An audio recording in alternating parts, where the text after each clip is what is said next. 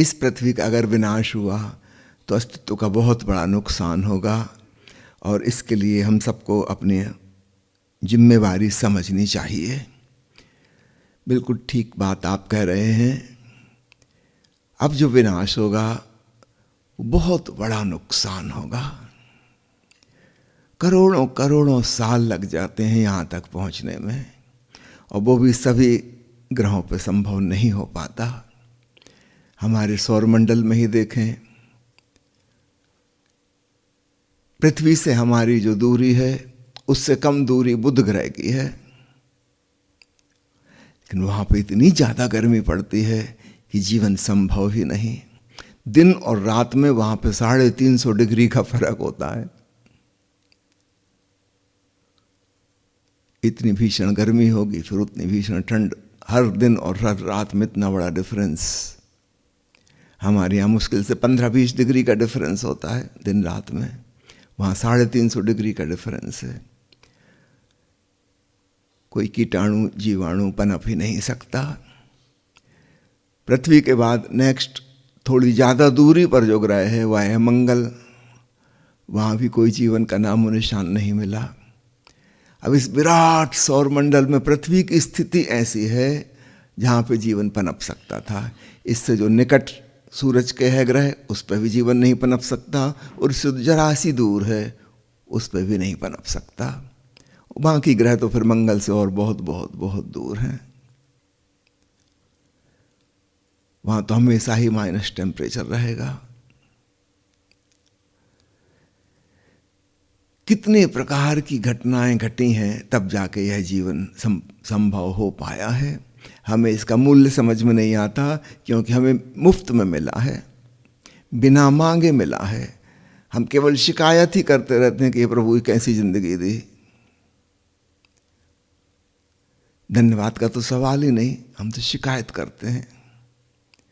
कैसे यह जीवन चल रहा है, इतना अद्भुत रहस्य जिसे न आज तक कोई समझा, न कभी भविष्य में समझ पाएगा।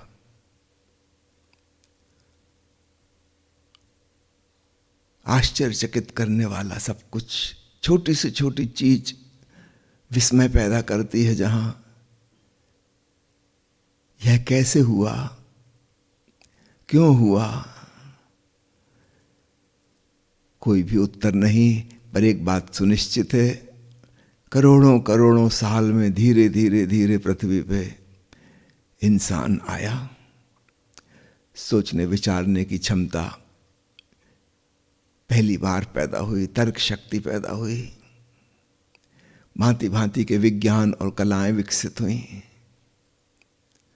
इस सब विकास के बाद अब हम ऐसी जगह पहुंच रहे हैं, अगर हम शांत, ध्यानपूर्ण, प्रेमपूर्ण ना हुए तो भविष्य होगा ही नहीं। जिस प्रकार से अस्त्र शस्त्रों की शक्ति बढ़ती चली जा रही है, गिनती बढ़ती चली जा रही है, उस ग्राफ को अगर हम देखें, कहाँ से शुरुआत की थी करोड़ों साल पहले। किसी को लकड़ी से मार सकते थे कि पत्थर फेंक के मार सकते थे, बस वही अस्त्र शस्त्र थे। कहाँ से कहाँ पहुँच गए हम, न्यूक्लियर वेपन्स, बायोलॉजिकल वेपन्स और स्टार वार। और हम आदमी वैसे के वैसे हैं। हमारे भीतर का क्रोध, लोभ, लालच, ईर्ष्या, दूसरे को नीचे दिखाना, महत्वाकांक्षा, सबके आगे निकलना, वो हमारी ज्यों की त्यों है। भीतर से हम बिल्कुल जंगली इंसान हैं, और ऊपर ऊपर से हमारे हाथ की ताकत बहुत बढ़ गई। एक असंतुलन पैदा हो गया। अगर शक्ति के साथ साथ शांति भी बढ़ती जाती तो एक संतुलन बना रहता। नहीं, हम वैसे ही अशांत हैं, परेशान हैं, दुखी हैं, नाराज हैं, शिकायत से भरे हैं, क्रोधित हैं, ईर्ष्यालु हैं, जैसे करोड़ों साल पहले हमारे पूर्वज हुआ करते थे। उनके हाथ में छोटे मोटे हथियार थे, लकड़ी और पत्थर। काश अगर हम शांत हो गए होते तो आधुनिक विज्ञान की उन्नति हमारे लिए सौभाग्य बन सकती थी, किंतु वह नहीं बन पा रही। हम दिनों दिन और महाविनाश की कगार पर पहुंच रहे हैं। अब यह तो मुमकिन नहीं लगता कि तृतीय विश्व युद्ध नहीं होगा। इस बीच में जो समझदार लोग हैं वो व्यक्तिगत रूप से अपने जीवन का उत्तरदायित्व को कम से कम संभालें। हम नहीं जानते समाज का, देश का, विश्व का क्या होगा, हमारे हाथ में नहीं है, किंतु हमारी जिंदगी तो हमारे हाथ में है। अगर हम इतना भी कर लें कि हम अपने जीवन में पूर्ण सचेत, प्रेम से ओतप्रोत, अहोभाव में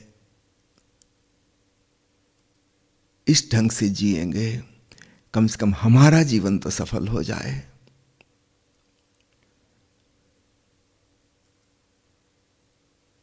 ओशो ने एक बहुत अद्भुत आइडिया दिया था, अभी तक तो वो कहीं लागू नहीं हुआ। वो आइडिया यह था कि वैज्ञानिकों को राजनीतिकों और पूंजीपतियों के चंगुल से छुड़ाया जाए, और इसके लिए सारे विश्व के वैज्ञानिकों की एक संस्था बने, वर्ल्ड एकेडमी ऑफ साइंटिस्ट्स, और दुनिया के सभी लोग इस संस्था को टैक्स पे करें। जैसे हम अपनी सरकार को देते हैं, उसका एक छोटा अंश, 1% ही सही, उस संस्था को सीधा पेमेंट करें। वो संस्था किसी सरकार के अंतर्गत ना हो, वो किसी देश का, राष्ट्र का, किसी धर्म का, संप्रदाय का, उससे कोई संबंध ना हो। वैज्ञानिक अपनी प्रतिभा का उपयोग तब जन कल्याण में कर पाएंगे, और जिन जिन चीज़ों से विनाश की ओर जा रहे थे उनको भी समाप्त कर सकेंगे। फिलहाल वैज्ञानिक जो है वो गुलाम है, वो नौकरी कर रहा है किसी सरकारी प्रयोगशाला में अथवा किसी पूंजीपति के प्रोजेक्ट में। उसकी अपनी कोई स्वतंत्र सत्ता नहीं है, उसे ऊपर वालों का हुक्म मानना पड़ रहा है। उसकी रोजी रोटी का साधन उसकी नौकरी है, ऊपर से जो आदेश आएगा उसको वो करना पड़ेगा। अभी कोई 13 साल पहले की बात है, डायबिटीज़ का एक नया ड्रग खोजा गया था, रोसीग्लिटाजोन, और उस समय वो सर्वश्रेष्ठ मेडिसिन में आ गया, ब्लड शुगर कंट्रोल करने वाली। बहुत महंगी वो दवाई बिकी। लगभग 3 साल के बाद जो इंटरनेशनल कंपनी इंग्लैंड में उसे बनाती थी, उसके एक वैज्ञानिक ने रिटायरमेंट के बाद बाहर आकर सबको बताया कि वह ड्रग बहुत खतरनाक है, उससे साइड इफ़ेक्ट है हार्ट फेल्यूर होने का। और ये बात हम लोगों को कई साल से पता है, जब रिसर्च चल रही थी तब से, किंतु इस बात को, इस फाइल को दबा लिया गया, इसको कभी पब्लिक नहीं किया गया। पब्लिक में जो साइड इफ़ेक्ट बताए जा रहे हैं उसमें से हार्ट फेल्यूर को डिलीट कर दिया गया है, क्योंकि अन्यथा फिर कोई दवाई खरीदेगा ही नहीं। और तब खोजबीन शुरू हुई, उस कंपनी पर छापा पड़ा, वो सारी फाइलें बरामद हो गई, उनके कंप्यूटर में डाटा निकल आई कि हार्ट फेल्यूर वाली बात तो आपको कई साल पहले पता हो चुकी थी। 12,000 लोगों ने कोर्ट केस दायर किया उस कंपनी पे, जो हार्ट फेल्यूर से पीड़ित थे इस दवाई की वजह से। ये तो वो थे जो जिंदा थे, अब कितने मर चुके 3 सालों में भगवान जाने। 12,000 लोगों ने मुकदमा जीता, कंपनी को उनको क्षतिपूर्ति करनी पड़ी। अब आप समझिए, वैज्ञानिक जो है वो नौकर है, गुलाम है, उसका मालिक जो कहेगा उसको वही करना पड़ेगा। अब वो मनुष्य जाति के कल्याण में जा रहा है कि अहित में जा रहा है, ये उसको तय करने का अवसर ही नहीं है। काश वह स्वतंत्र हो और सारे विश्व के नागरिक उसे आर्थिक सहयोग दे रहे हैं। अब वह कोई पक्षपात में नहीं हो सकता, और एक बार राजनीतिज्ञों के हाथ से वैज्ञानिक निकल गए तो याद रखिएगा, राजनेताओं के पास अपनी कोई ताकत नहीं है। जो भी युद्ध हो रहा है उसके पीछे साइंटिफिक और टेक्नोलॉजिकल लोग खड़े हैं। अगर वो वहां से खिसक जाएं तो दो देशों के प्रधानमंत्रियों से कहा होगा कि जाओ कुश्ती लड़ दो मैदान में, और तो कुछ करने को बचा नहीं, जो जीत जाए उसको हार पहना देंगे, सारा युद्ध बंद हो जाए। टेक्नोलॉजी ने शक्ति पैदा की और दुरुपयोग कर रहे हैं राजनेता अथवा पूंजीपति। इन्हीं दो के पास इतनी सुविधा है कि हजारों करोड़ों लोगों को नौकरी दे सकें और बड़े बड़े प्रोजेक्ट पे सालों साल का काम करा सकें, रिसर्च करा सकें। अब एक वैज्ञानिक एज एन इंडिविजुअल कुछ कर ही नहीं सकता। 100 साल पहले की बात अलग थी, छोटी मोटी खोजें थी, एक व्यक्ति इंडिविजुअल कुछ कर सकता था। अब चीज़ें इतनी बड़ी हो गई, इतनी विराट हो गई, अब एक व्यक्ति के तो हाथ में है ही नहीं, सैकड़ों हजारों लोगों की टीम चाहिए और फिर सबका खर्चा चाहिए। इतना खर्चा या तो कोई पूंजीपति उठा सकता है तो वो अपने स्वार्थ के लिए उठाएगा, उसको मतलब नहीं है कि गोली खा के लोगों के हार्ट फेल हो जाएंगे, उसको कोई मतलब नहीं, मरें तो मरें, उसका स्वार्थ पूरा हो रहा है। या फिर सरकार, जिनका एकमात्र काम हम सब जानते हैं, युद्ध युद्ध युद्ध। किसी भी देश की, किसी भी जाति की इतिहास की किताब उठा के देख लो, हर पेज पर आपको सिवाय युद्ध की कहानी का और कुछ मिलेगा ही नहीं। हजारों हजारों साल से मनुष्य बस एक ही काम करता चला आ रहा है, युद्ध। बीच बीच में कभी ऐसा लगता है कि युद्ध नहीं हो रहा था, शांति काल था, तो याद रखना वो कोई शांति वांति काल नहीं था, वो नई अशांति की तैयारी चल रही थी। क्योंकि एक युद्ध में बहुत जनधन की हानि हो जाती है, अब फिर से तैयारी करनी पड़ेगी, फिर थोड़ी जनसंख्या बढ़ा लो, फिर थोड़ी फैक्ट्रियाँ और बमों की लगा लो, फिर 10-15 साल बाद फिर देखते हैं, फिर मजा चखाएंगे।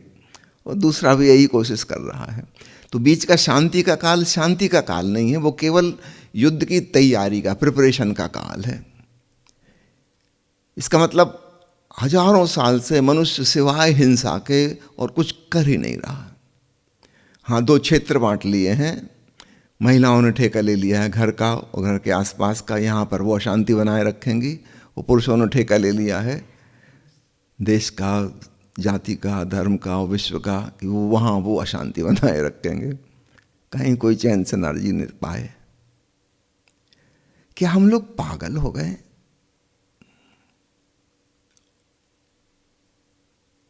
ऐसा ही लगता है। एक व्यक्ति ने तो एक किताब लिखी है, उसने लिखा है कि शायद ऐसा हो कि जो चेतनाएं विक्षिप्त हो जाती हैं उनको सुधार के लिए यहाँ इस पागल खाने में अर्थात पृथ्वी पर भेज दिया जाता हो। गड़बड़ हो गए दिमाग, यहाँ से कुट पिट के जरा ठीक ठाक होकर फिर वापस आए। अपना इतिहास अगर हम उठा के देखें तो लगता है कि वास्तव में कहीं कुछ गड़बड़ है मनुष्य के दिमाग में। खैर, पुराने जमाने में छोटे मोटे युद्ध होते थे, जिंदगी फिर भी चलती रहती थी। अब हम उस जगह आ गए हैं अब जहां जीवन ही नहीं बचेगा। कहाँ अमीबा, बैक्टीरिया, वायरस से होते होते हम इंसान बने थे। करोड़ों साल में कितना वक्त लगा और हम सब कुछ बर्बाद करने तैयार हैं।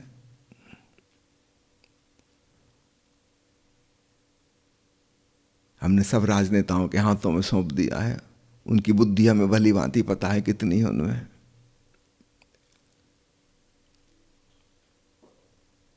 निश्चित रूप से खतरा बहुत बड़ा है। और ओशो ने जो इशारा किया कि मनुष्य की चेतना में स्वयं के प्रति चेतन होने की क्षमता है, ये एक नया विकास था पशुओं के बाद।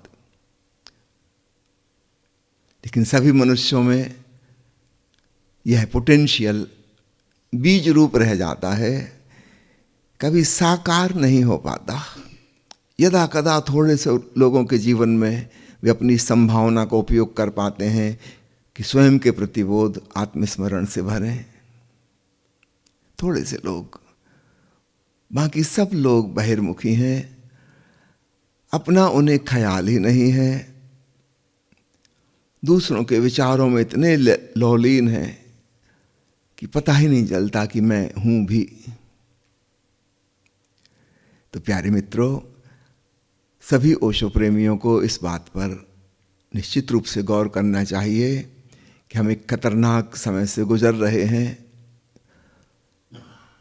अब कोई लंबे भविष्य की उम्मीद नहीं की जा सकती, इसलिए जो करना है वह शीघ्रता से कर लो। कल का अब भरोसा नहीं। यूं तो कभी भी कल का भरोसा नहीं था, अगले क्षण का भरोसा नहीं था, पर अब यह बात बड़े सामूहिक रूप से लागू हो गई। एक इंडिविजुअल का तो हम जानते हैं भली भांति, कोई भरोसा नहीं।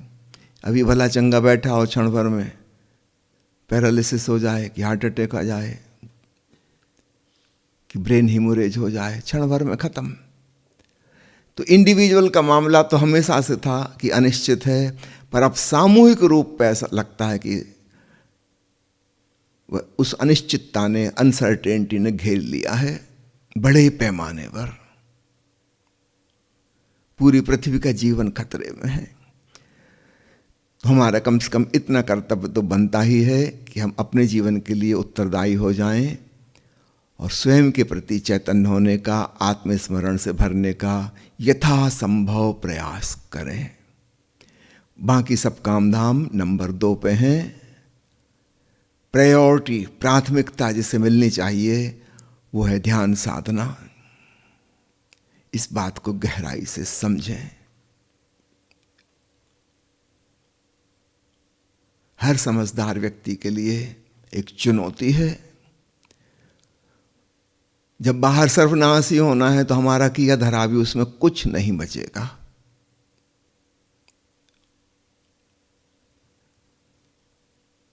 खूब अच्छे से समझ लें असली सार्थकवाद क्या है। वो है आत्मस्मरण, स्वयं का बोध। और एक बात और इसमें जोड़ दूं, जो व्यक्ति स्व को खोजने निकलता है, उसकी याद से भरता है। आरंभ में उसे लगता है कि आहा, अपनी आत्मा का अनुभव हो रहा है, मैं हूं, यह पता चल रहा है। कि जैसे जैसे वो इसकी और गहराई में डूबता है, मैं भाव खोने लगता है। स्व की जगह सर्व का एहसास होता है। हम तो चले थे खोज में, मैं कौन हूं, मैं क्या हूं, मैं अपने आप को जानूं, स्वयं को पहचानूं। आरंभ में लगा कि अरे वाह, अपने होने की अनुभूति होने लगी, यही मेरा वास्तविक स्वरूप है। कि जब हम उसमें और गहराई में जाते हैं तब वहाँ स्व कहना भी उचित नहीं लगता, मैं शब्द भी गलत हो जाता है। वहाँ तो बस एक भगवत्ता है, गॉडलीनेस है, अस्तित्वगत। हमारी धारणा थी इंडिविजुअल की, व्यक्तिगत। वहाँ हम पाते हैं समष्टिगत, यूनिवर्सल। तो मैं को खोजने गए थे, पहले मैं मिलता है और फिर बाद में मैं विलीन हो जाता है, खो जाता है। तो इसके लिए भी तैयार रहना। आत्मस्मरण करते करते करते करते होश तो पूरा रहेगा, लेकिन जिसको हम समझ रहे थे सेल्फ अवेयरनेस, वो सेल्फ कहाँ गायब हो गया पता ही नहीं। इसलिए भगवान बुद्ध ने बड़ा जोर दिया था, अनत्ता, नो सेल्फ, अनात्मा। लोग समझे कि वे नास्तिक हैं, कह रहे हैं कि आत्मा परमात्मा नहीं होते। ठीक से समझें, आत्मा से भी ज्यादा गहराई की बात कर रहे हैं। जैसे आप अपने घर के आंगन में गड्ढा खोद दें, कुआं बन जाए, पानी दिखने लगे, आप कहें कि मेरा कुआं, मेरे कुएं का पानी। बिल्कुल ठीक, व्यावहारिक रूप से आप बिल्कुल ठीक कह रहे हैं। किंतु अगर इस पानी की गहराई में और अंदर अनुसंधान करेंगे कि कहाँ से आता है यह जल कुएं में, तब आप पाएंगे एक विशाल भूमिगत जल भंडार है। पूरी पृथ्वी के नीचे।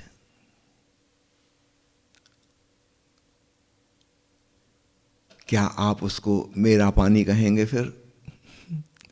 अब वहाँ मेरा शब्द बिल्कुल बेमानी हो जाता है। वही पानी का भंडार आपके कुएं में से झांक रहा है, पड़ोसी के कुएं से झांक रहा है, पूरी पृथ्वी पर जितने कुएं हैं सब में से वही पानी झांक रहा है।